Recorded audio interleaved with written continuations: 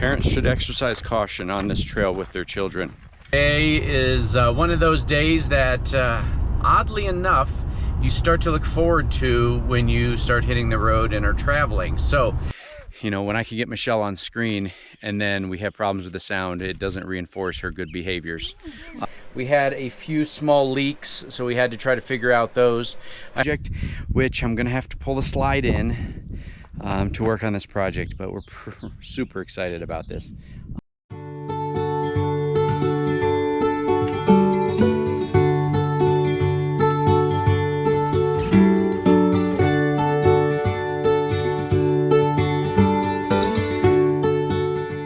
Good Sunday morning. Today's adventures, Mesa Verde National Park. So Michelle and I actually came here last year with Norm and Sandy, but this time we are going in with Lauren, Aiden, and Sean. They have not been to Mesa Verde, so I think this will be their last national park in Colorado. They've hit all 4. We will still have one left, which will be Great Sand Dunes, which we're hoping to hit on our return trip back for the winter down in Arizona. But we'll have to wait and see what our path takes us, because it's always changing. So we're heading in. It's nice, bright and early this morning. We're actually going to fill up with some water, because that's a hot commodity, and it looks like there's a free water fill up inside the national park right near the campground. So we're going to stop there first, get our water jugs filled up, and we've got Sean's water bladder in the back of the truck as well, so we'll get that all filled up, and then we are going to head on to 2 hikes and some scenic overlooks.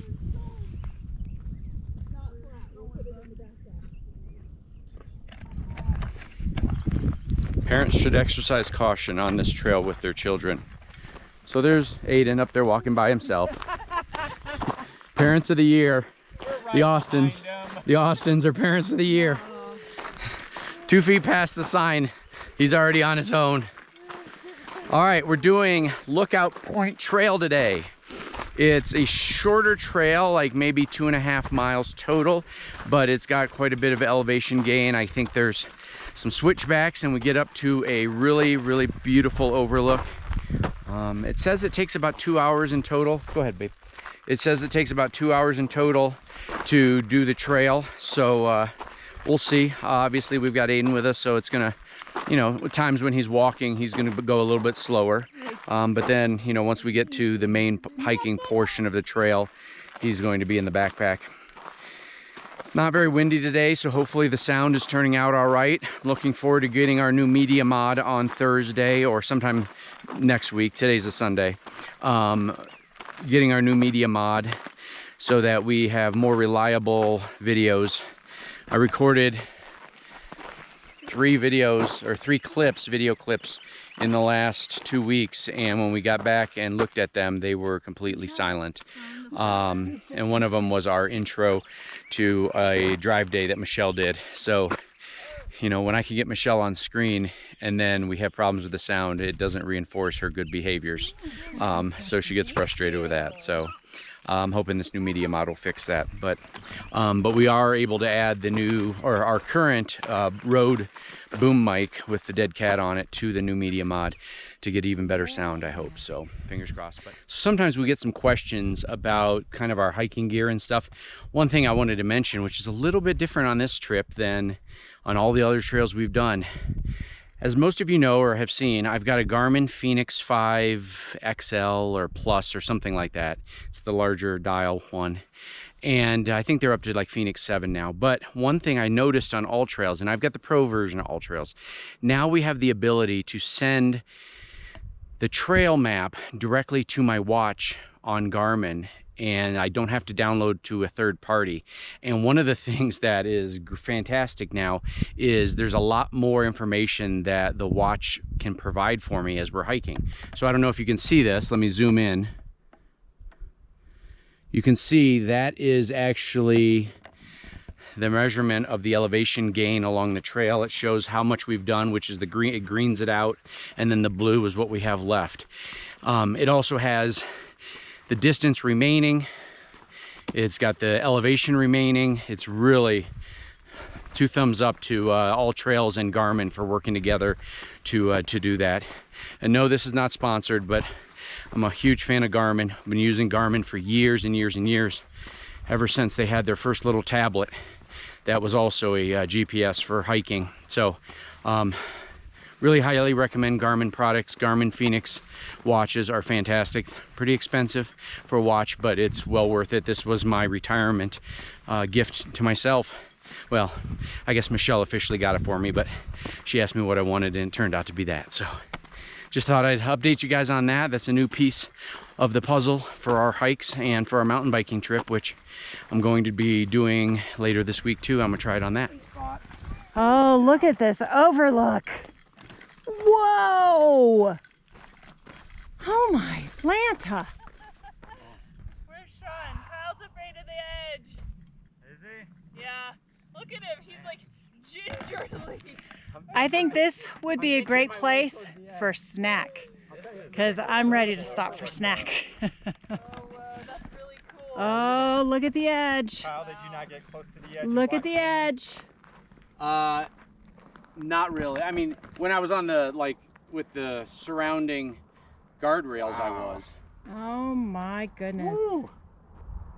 So there's the road in. Parents to keep your kids on a leash. Yeah. So today is one of those days that, oddly enough, you start to look forward to when you start hitting the road and are traveling. So for the last 3 years, my brother has been what I will call my postmaster general. We've had everything delivered to his house, you know, as far as our permanent address is concerned. And today I'm going down to the local post office in Hesperus, Colorado, to pick up the mail that he kind of held together and then bundled and then sent to us here via general delivery.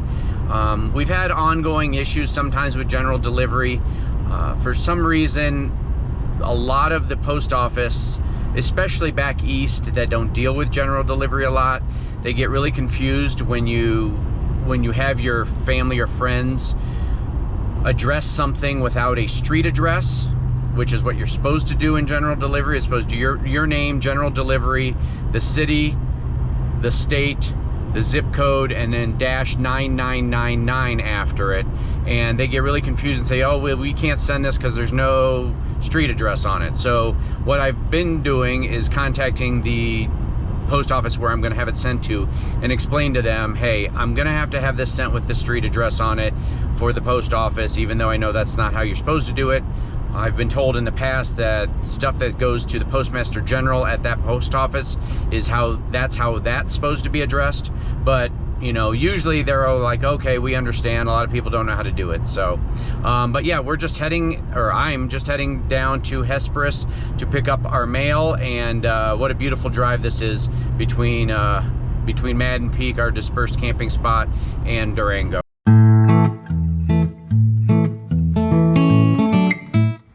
Have success. There it is. So if any of you have ever ordered things online, you may recognize this blue package. It's from Sticker Mule, so I'll show you those here in a minute. But I also am going to prep some stuff to put in the mailbox while we're here. So I'm gonna set you down for a second. All right, shout out to my brother for sending this over to us and it successfully arriving.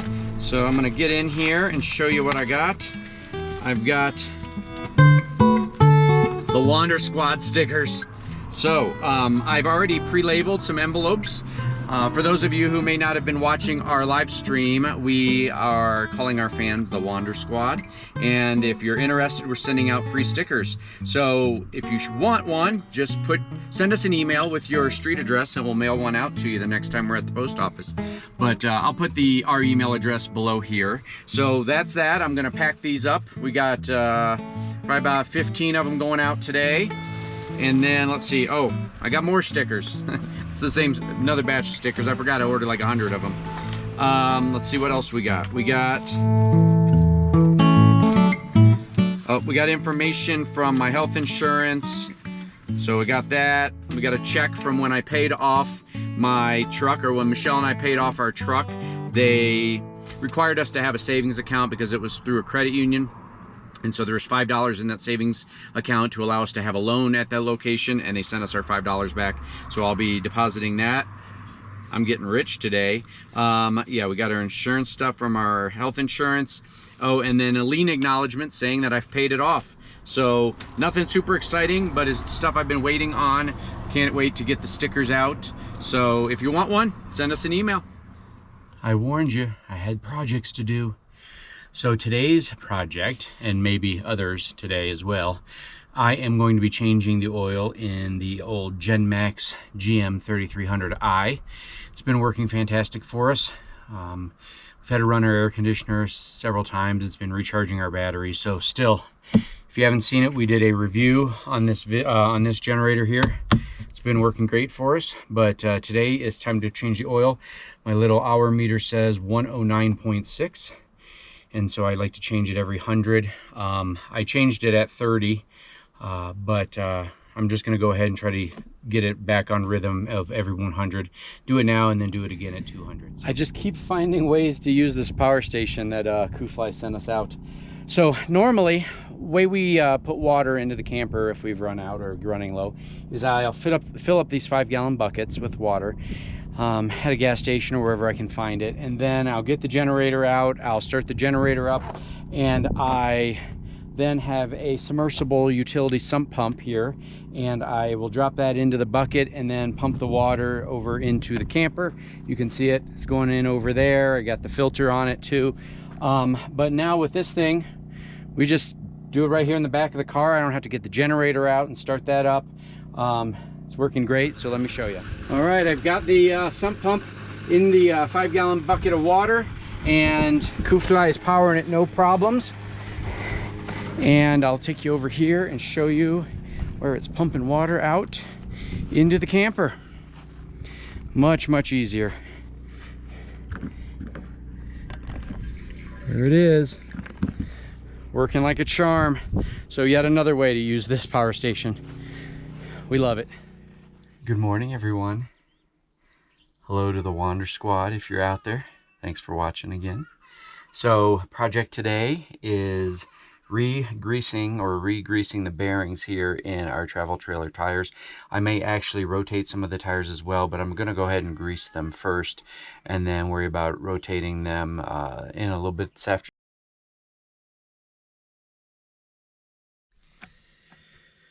All right, wheel number 1 is done. You can see the old grease.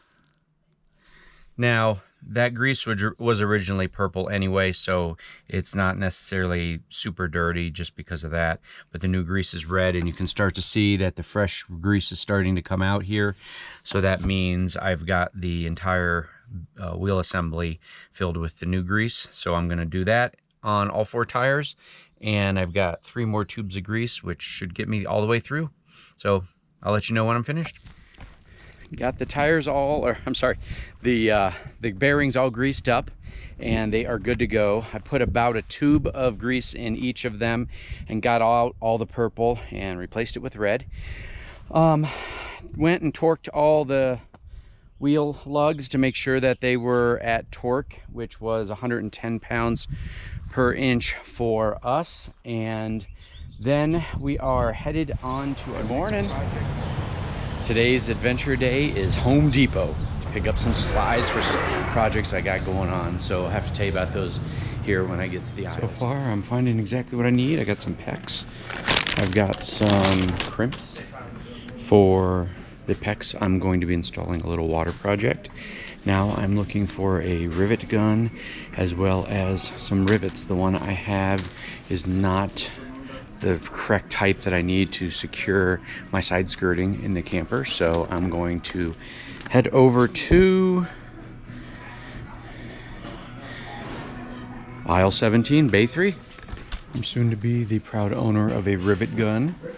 Maybe the first one, well, the first regular one that I've ever owned. I had one that I needed to install the side view mirrors on my truck at one point, but it was a different style. So this is big news. I've got my rivets, got my rivet gun. Now heading over to get some bar aluminum out of aisle 20 to help support the side skirting on the RV. So we've been in Colorado now for 2 weeks, and you think I'd remember at this point that they don't provide bags when you check out. You can buy bags, whether they be sometimes cellophane. They don't have any paper, or maybe they have both and they charge you for both. I don't know what the situation is. So you end up carrying everything out that you have by hand, because I'm too cheap to buy a bag that is gonna just go to waste anyway. So helping the environment. Now headed over to the Centex gas station. Let me GPS that, to fill up our friend Sean and Lauren's propane tank. We're running into town, so I asked them if they wanted any propane, and they did. Tractor Supply does not sell it because it's too close to a school, so I guess that's a rule. And so we're just heading over to, or I'm heading over to Centex to fill up their propane tank for them. We are going to be installing an accumulator tank on our water pump. Basically, I'll show you here in a minute, our water pump makes a ton of noise.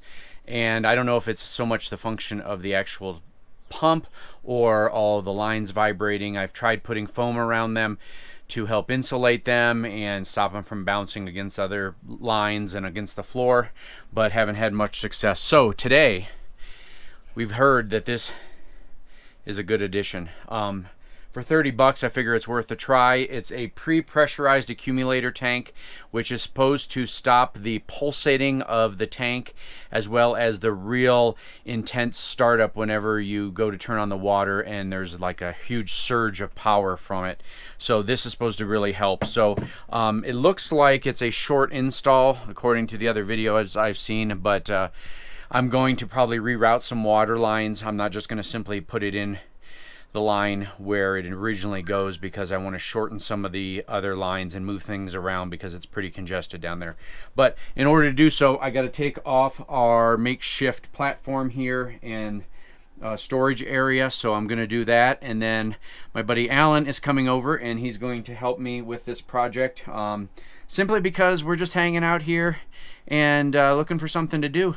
This afternoon we're actually going to be helping rotate the tongue jack head on his travel trailer like I just did, and you've probably already seen the video for that, but we're going to be doing a video, or we're going to be doing the same thing to his travel trailer as well, so that he can get his tailgate down.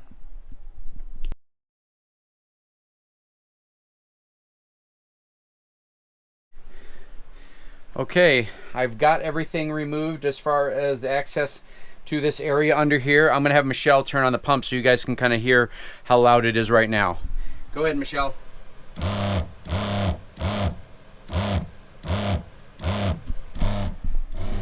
All right, well, as you can see, it's pretty loud, and it just vibrates in here in this open area. For those who haven't seen it, this is our electrical setup area. We've got a 3,000 watt inverter. We've got 270 amp hour lithium batteries, solar charge controller, DC to DC battery charger, which actually is not connected right now and is not working. So I'm probably just, while we're under here, going to take that out, along with all the fuses and bus bars and everything. So let's focus over here on this area. See, as you can see, it's pretty congested under here. So I'm going to be moving some of this stuff around. I've got some PEX cables so that I can extend some of the water lines that I need to extend to move things to make space for the accumulator tank. So we'll be right back. I've drained all the water lines. I went to the low point drain on both the hot and cold, took the caps off of them, opened up the valves on the sink, the toilet, I'm sorry, the sink, the bathroom, and the shower, and drained all the water out. I've taken the mounting screws out of the pump so that we can position it in a new spot once we figure out where we're going to go. Hopefully, draining those water lines will prevent as much water as we can from pouring out inside this cavity. So I'm going to put down some towels. And Alan went to grab a few 90-degree PEX copper lines that we may need. I had the wrong size, 90s. I had for 3/4 inch PEX, and I've got some straights for the 1/2 inch, but so luckily he's got some of those in case we need them. A few cuts in the PEX. Alan is going over to get his PEX band cutter, but let me show you. This section right here we cut out for now so that we can build it the correct size. And then we've moved the pump over to that direction, clearing this space to put the accumulator tank. All right, I know it's probably only split seconds between the update and when we last left you, but we have finished up. It's probably an hour or so later. We got everything piped in. We had a few small leaks, so we had to try to figure out those.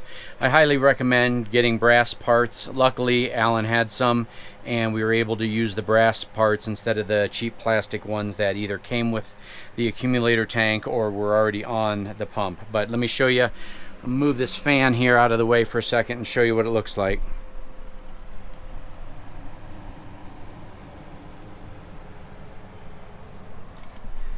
So it's much quieter now. Let me go turn this on and I'll show you.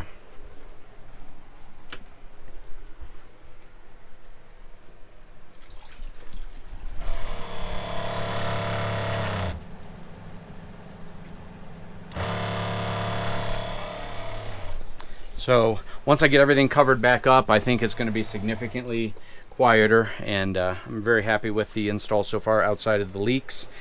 But I'm letting the fan blow and dry everything off, and then I'm going to put some paper towels under there just to double check to make sure that we don't still have a leak. I've also got some water detectors here from Govee.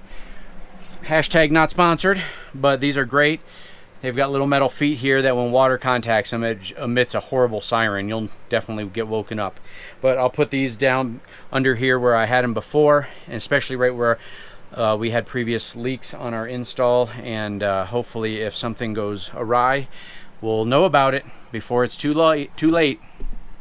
Now, on to the next project. We're pretty excited today. Our friends Victoria and Craig from Wild RV Life are coming up to camp with us for a few days before we head out on Sunday. And they were just over in Pagosa Springs, which is actually where we're heading. We haven't seen them since, I think, around the end of September up in Glacier. So it'll be great to catch back up with them. Oh, I'm sorry. We saw them for about 15 minutes in Pilot Knob, Arizona, as they were heading down towards the trip into Baja, Mexico.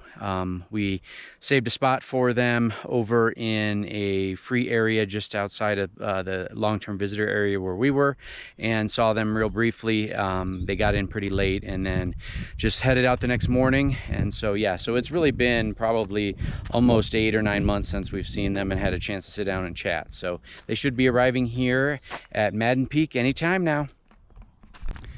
Won't be able to miss their brand new Brinkley fifth wheel they just got, so I'm excited to see that. They had all kinds of trouble. If you guys don't watch them on YouTube, you need to start watching them. Let's see if it's them. It is. There they are.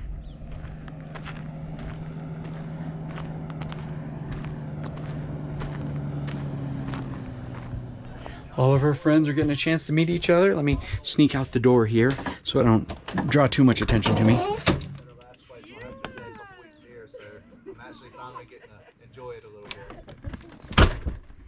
It's funny how all the worlds come together at one time. It's so cool. I'm excited to have everybody here. We're gonna have a big, not really a cookout, more of a just make your own dinner and come hang out. Yeah, looks like we might get kicked out of this boondocking spot twice.